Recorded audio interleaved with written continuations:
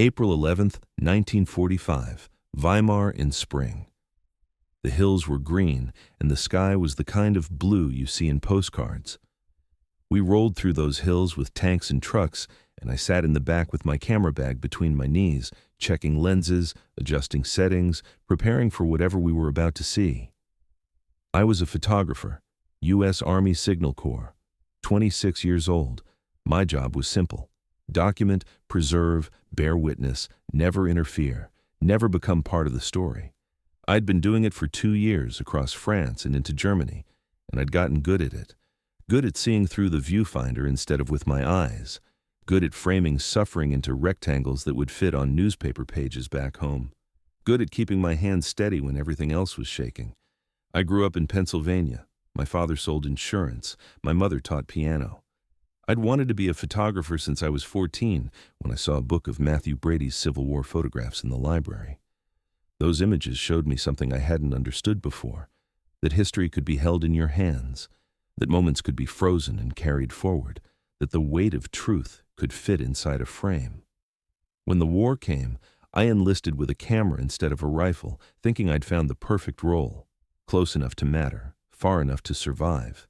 I would be the eye, the recorder, the man who made sure no one could say later that it didn't happen. It felt noble. It felt safe. It felt like I'd found a way to be brave without actually having to be brave. The truck slowed near Weimar, and our captain told us what we were heading toward. A camp. Political prisoners, he said. Criminals and dissidents. But his voice was different when he said it. Hollow. Like he didn't believe his own words. Like he'd seen something in a briefing that wouldn't translate into language. We turned off the main road and followed a narrow path through the woods. Beech trees, I remember. The kind you'd take your children to see in autumn. And then the smell arrived before the sight. Something burned, and something sweet, and something underneath, both that I didn't have a name for. One of the guys in the truck leaned over the side and was sick. I lifted my camera and adjusted the aperture for the shade of the forest. Professional, prepared, already framing. When we came through the gates, I understood why the captain's voice had changed. There were people everywhere, standing, sitting, lying in the mud. But they didn't look like people. They looked like something else. Something I didn't have reference for. Skeletons with skin pulled tight, eyes too large for faces, striped uniforms hanging like fabric on wire frames. Some of them were moving toward us, slowly. Like they weren't sure we were real, like we might disappear if they came too fast. I raised my camera immediately. Instinct, training. This was why I was here. This was the work. I started shooting. Wide shots of the compound, close shots of faces, the barracks, the mud, the wire, the emaciated hands reaching toward our trucks. I moved through it like I'd been taught. Stay mobile, keep shooting, don't stop to think, don't stop to feel, just record, just witness. I told myself these photographs would matter, that someone had to do this, that bearing witness was its own form of courage. I followed a group of soldiers into one of the barracks, low ceiling, wooden bunks stacked 3 high. The smell was worse inside. Urine and decay and something else I still can't name. There were men on the bunks who didn't move when we entered, who couldn't move. I photographed them. I photographed the ones who stared, the ones who didn't, the ones who reached toward us with hands like bird bones. I was methodical, disciplined. I changed film cartridges without looking down. My hands knew the motion. Load, advance, shoot, advance, shoot. I was doing important work. I was creating evidence. I was making sure the world would know. That's what I told myself. That's what kept my hands from shaking. Outside again, I saw our medics trying to help, trying to give water, trying to lift men who weighed nothing. I photographed that too. The American soldiers with their canteens, the prisoners reaching up, the contrast between health and starvation, between the fed and the forgotten. It was a good image, strong composition, clear narrative. I was thinking like that. In terms of images, in terms of what would reproduce well in print, in terms of light and shadow and focus. I wasn't thinking about the men in front of me. I was thinking about the men who would see these photographs later. The editors, the readers, the people back home who needed proof. I was the conduit, the medium. The camera was my shield and my purpose. Then I saw him. Or felt him, maybe. I was near the wire, photographing a pile of bodies they hadn't cleared yet. Evidence, I told myself. Document the evidence. When something grabbed my leg. Both legs. I looked down. A man on the ground, lying in the mud, one of the striped uniforms. He'd crawled over to me. His hands were wrapped around my shins, not pulling, just holding, just touching, like he needed to know I was solid, real, warm. I froze. My camera was still up at my eye. I had him in the frame, his face turned up toward me, his eyes. God, his eyes. They weren't asking for anything. They were just looking, just seeing me see him. And for the first time since we arrived, I actually saw back, not through the viewfinder, just with my eyes, with whatever part of me I'd been keeping behind the camera. He didn't speak. Maybe he couldn't. His grip on my legs wasn't strong, but it was absolute, desperate in its gentleness. I lowered my camera. I didn't take the shot. I don't know why. Or maybe I do. Maybe I knew that some moments can't be contained, can't be flattened into 2 dimensions, can't be filed away as evidence. I stood there with this man holding on to me, and my camera hung useless against my chest, and I didn't know what to do. My training said, keep moving, keep shooting. You're a photographer, not a medic, not a chaplain, not a savior. Your job is to record, not to comfort, not to participate. But my training didn't account for this, for the feeling of someone's hands on my legs, for the way he was looking at me, not at the camera, at me. I knelt down, I set my camera in the mud, I put my hands on his shoulders, and he was nothing under that uniform, just bones and breath. He made a sound, not words, just a sound, like he was trying to tell me something but had forgotten how language worked. I didn't know what to do with my hands, where to put them, how to hold someone who might break. So I just stayed there, kneeling in the mud, my hands on his shoulders, his hands still on my legs. We stayed like that. I don't know for how long. Time felt different, thicker, like moving through something heavy. Other photographers kept shooting. I could hear the shutters, click, click, click, the sound I'd been making all morning, the sound that had always meant I was doing my job. Now it sounded like something else, mechanical, cold, extractive. I watched them move through the camp with their cameras up, and I saw myself, what I'd been doing. I'd been harvesting images from suffering, collecting evidence from agony, turning human beings into proof, into rectangles of light and shadow, into compositions. And I'd called it witness, I'd called it duty, I'd called it noble. The man's breathing was shallow, rapid, his eyes were closing. I called for a medic. My voice sounded strange, like I hadn't used it in hours. A corporal came over with a canteen and a blanket. Together we tried to give him water, just drops on his lips. His tongue moved, trying. The corporal said something about getting him to the medical tent, about how many were critical, about priorities and resources. He was trying to explain why we might not be able to save this one, this particular man, why we had to make choices. I nodded like I understood, but I didn't. I didn't understand anything anymore. Have you ever held someone while they died and wondered if you could have helped sooner? If you could have put down your camera 5 minutes earlier, an hour earlier, and whether it would have mattered? Tell me what you would have done. And if you think documenting suffering is the same as addressing it, leave that in the comments too. Because I don't know anymore. I thought I knew. We got him to the medical tent. There were dozens of them in there, hundreds maybe.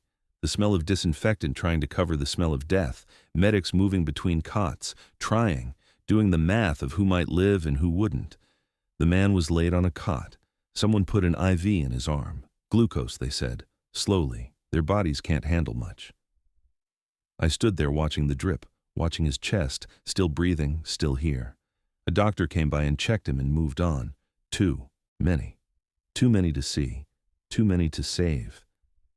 I should have gone back to work, back to my camera, back to documenting. But I stayed. I pulled up a crate and sat next to his cot. I don't know why. Maybe because I'd stopped being a photographer and didn't know what else to be. Maybe because he'd looked at me. Really looked, and I couldn't unlook back. He opened his eyes after a while. Not long. Maybe 20 minutes. The IV was half empty. His eyes found mine, and there was something different in them. A little less distance, a little more present. He tried to speak. I leaned closer. His voice was barely there, a whisper under a whisper. German. I didn't speak German, but I understood anyway. The tone, the gratitude, the surprise. Like he'd forgotten that kindness existed. Like our hands on him had been the first gentle thing in years. He reached toward me, not grabbing this time, just reaching. I took his hand. It was so light, like holding air, like holding the idea of a hand. We stayed like that, him on the cot, me on the crate, his hand in mine. No camera between us, no viewfinder, no frame, just two men in a tent in Germany in spring, one dying, one watching, both trying to understand what witnessing actually means. He died 3 hours later. I was still there, still holding his hand. A nurse came by and checked his pulse and shook her head and moved on. She'd done it a dozen times already. I laid his hand on his chest, carefully, like it mattered how I did it, like gentleness could travel with him wherever he was going. I stood up. My legs were stiff. My back hurt. My camera was still in the mud somewhere outside. I'd forgotten about it completely. That camera I'd carried for 2 years. That camera I'd treated like an extension of my body, like my purpose, my identity. I'd left it in the mud, and I hadn't thought about it once. I went back and found it, covered in dirt, probably ruined. I picked it up and tried to clean the lens with my shirt, but my hands were shaking now that it was over, now that he was gone, now that there was nothing left to do but feel. I'd been holding it back, all morning, all day. The feeling, the horror, the enormity. I'd been hiding behind my camera, and now there was nowhere to hide. I sat down against a barracks wall, the camera in my lap, mud on my hands, mud on my knees, the smell everywhere, the sound of voices, American voices trying to help, German voices trying to respond, crying, so much crying, and I just sat there, not photographing, not documenting, just sitting, just being there, just being a man who'd watched another man die and hadn't taken a single picture of it. Later, the other photographers found me, asked if I was okay, asked where I'd been, said they'd gotten incredible footage, important work, evidence that would change everything, would make sure this never happened again, make sure people knew, make sure the world couldn't look away. I nodded. I said, that's good, that's important, and it was. It is. Those photographs mattered, matter still, but I couldn't explain to them what I'd learned, that sometimes the most important thing you can do is stop documenting and start participating, stop framing and start feeling, stop being the eye and start being the hand, the presence, the witness who doesn't just watch but stays, who doesn't just record but responds. That night in our tent, I tried to explain it to another photographer, a guy from Chicago who'd been with me since France. He listened. He understood, I think. But he also said gently that our job was important, that without us, people would deny it, would say it never happened, would claim it was exaggerated, that our photographs were proof, were evidence, were the difference between history and rumor. And he was right. I knew he was right.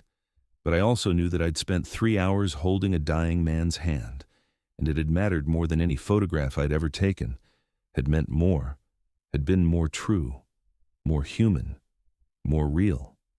I kept working, kept photographing, the next day and the next, the liberated camps, the survivors, the evidence. I did my job. But I was different after that. I couldn't hide behind the camera anymore, couldn't pretend I was separate, objective, just the observer. I was implicated now, connected, part of it. When I photographed people, I saw them, really saw them, not as subjects or compositions or evidence, as people, as men who were dying, women who'd survived, children who'd forgotten how to be children. And sometimes I put the camera down, not often, but sometimes. When someone needed a hand instead of a photograph, when presence mattered more than proof, when I understood that bearing witness isn't just about seeing, it's about being seen, about letting the people you're documenting know that they're not just subjects, that they're not just evidence, that they matter, that someone sees them not as history but as human. I never forgot that man, the one who grabbed my legs, I never learned his name, never knew where he was from or who he'd been before, but I carried him with me. In a way I never carried the people I photographed, because I'd put down my camera, because I'd chosen to be present instead of distant, to participate instead of observe, to be human instead of professional. And that choice, that moment, taught me something about the price of peace. Because peace isn't just the absence of war. It's not just the end of fighting. It's what happens after. When the cameras are gone, when the evidence is filed, when the witnesses go home. It's the work of staying, of holding hands, of being present with suffering even when you can't fix it, even when you can't frame it, even when there's no one watching you do it. The photographs I took at Buchenwald were published, used in trials, shown in exhibitions, filed in archives. They did what they were supposed to do. They proved, they witnessed, they testified. And I'm glad I took them. Glad someone did. But the moment I'm most proud of is the one I didn't photograph, the moment I can't show you, the moment that exists only in my memory and in whatever memory that man carried with him when he died. Because that moment wasn't about history. It was about now, about him and me, about what it means to see someone and be seen back, to witness not as profession, but as participation, to understand that sometimes the price of peace is putting down your weapons. Even when your weapon is a camera, even when your duty is to observe, sometimes peace requires you to stop watching and start being there. The war ended. The camps were emptied, the survivors were relocated, the trials happened, the evidence was presented, history was written. And I came home, went back to Pennsylvania, back to a world that wanted to move on, that wanted to forget, that wanted the photographs filed away and the memories buried. But I couldn't forget, couldn't file it away, because I'd learned something in that camp, in that moment, kneeling in the mud with a dying man's hands on my legs.